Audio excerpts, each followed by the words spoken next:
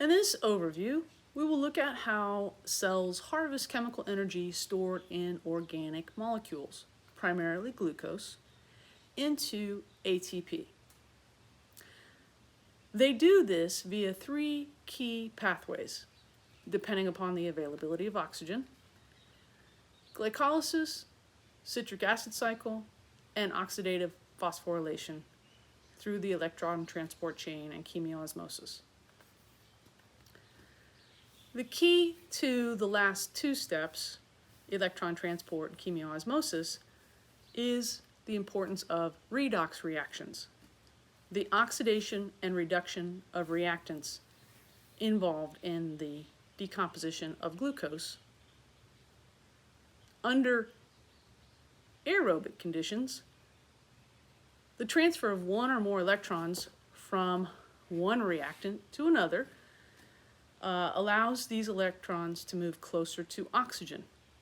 And this process releases chemical energy that can be put to work to drive ATP synthesis.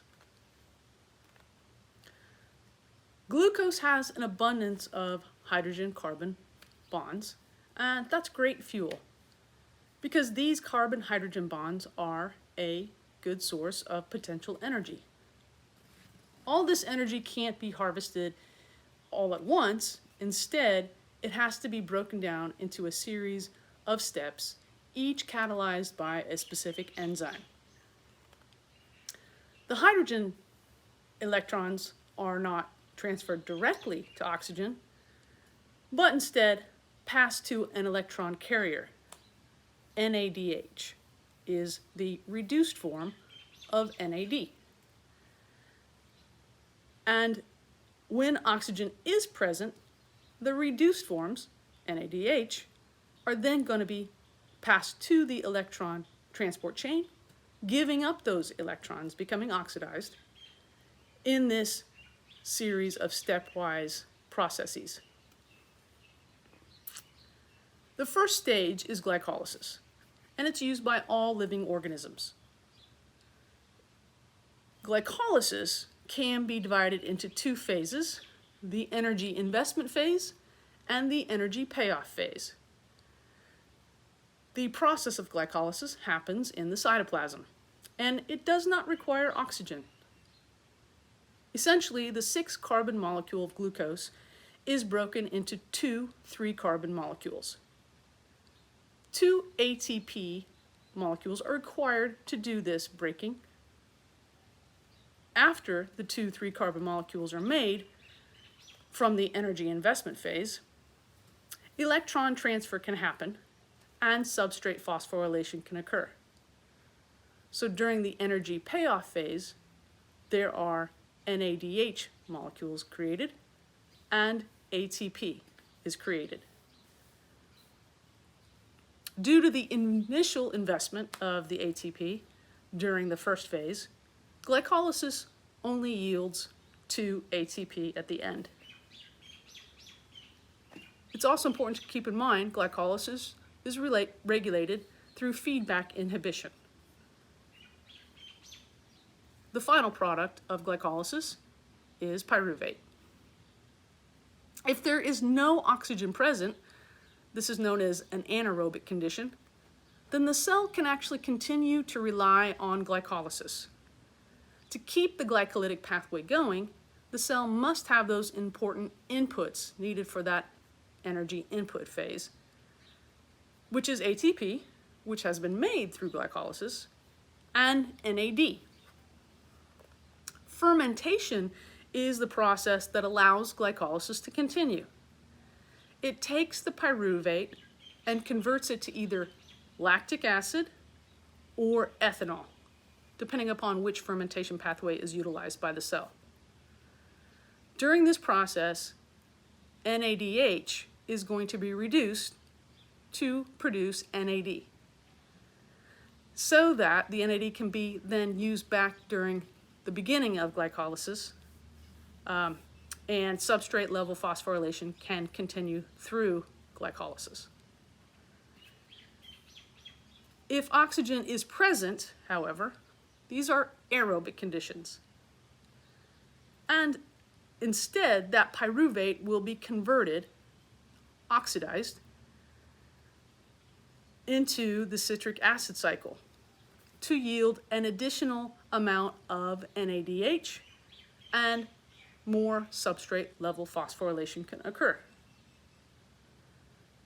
So the citric acid cycle is an 8-step process that takes the acetyl-CoA and goes through a series of these, again, controlled steps, each requiring an enzyme, to bring it back to the beginning of the cycle. Throughout this process, the products of each step are going to involve conversions that allow an NAD to become reduced into its NADH form. And also, you do have, again, as it says, ATP synthesis occurring through substrate level phosphorylation. At this point, you can see that the citric acid cycle has generated 6 NADHs, 2 FADHs, also an electron carrier. And if we add that up with the 2 NADH that were produced during glycolysis, we have a total of 10 electron carriers that are ready to go on to the electron transport chain. The electron transport chain is found in the cristae of the mitochondria, and it's a collection of molecules embedded in that inner membrane. Each step of this pathway is increasingly electronegative, so there is a drop in free energy as the electrons pass down that chain. Oxygen is the final electron acceptor because it is the most electronegative. So it's important to keep in mind, ATP isn't directly made through the electron transport chain. However, it is made as a result of the protons being released as electrons are given up from those electron carriers.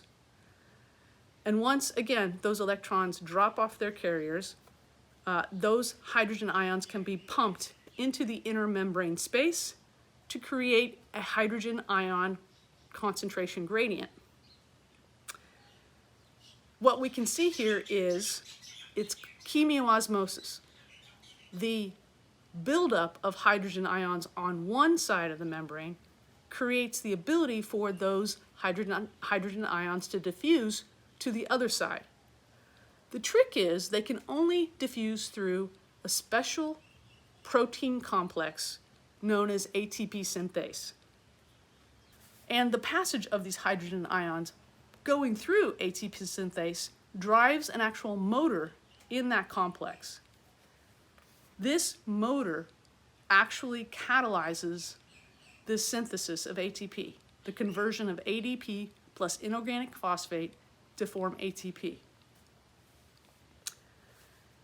And as you can see, a lot of ATP molecules can be made through this process.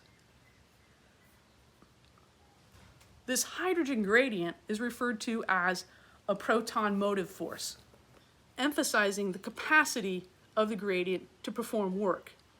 The force actually drives the hydrogen ions across the membrane through the ATP synthase protein complex, and thus drives the creation of ATP. So overall, this aerobic process of oxidative phosphorylation generates a significant more amount of ATP as compared to substrate level phosphorylation found in glycolysis and even the small amount found in the citric acid cycle. So aerobic cells, those that actually can go all the way through the stages of the pathway, glycolysis, citric acid cycle, electron transport, and chemiosmosis, will make a lot more ATP per glucose molecule than those that are stuck with the anaerobic method of glycolysis and fermentation. I hope that helps you understand a little bit more of how important the whole process is, either without oxygen or with oxygen. Thanks.